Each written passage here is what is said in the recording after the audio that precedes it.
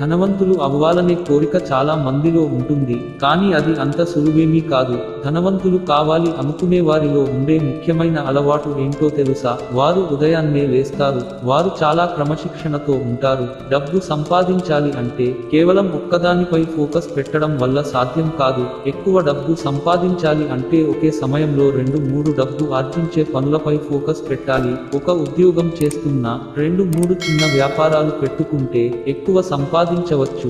మనం డబ్బు సంపాదించాలి అంటే మనతో ఉన్న స్నేహితులపై కూడా ఆధారపడి ఉంటుంది. లక్ష్యాన్ని ఎక్కువగా ఫోకస్ చేసేవారితో ఎక్కువగా స్నేహం చేయాలి.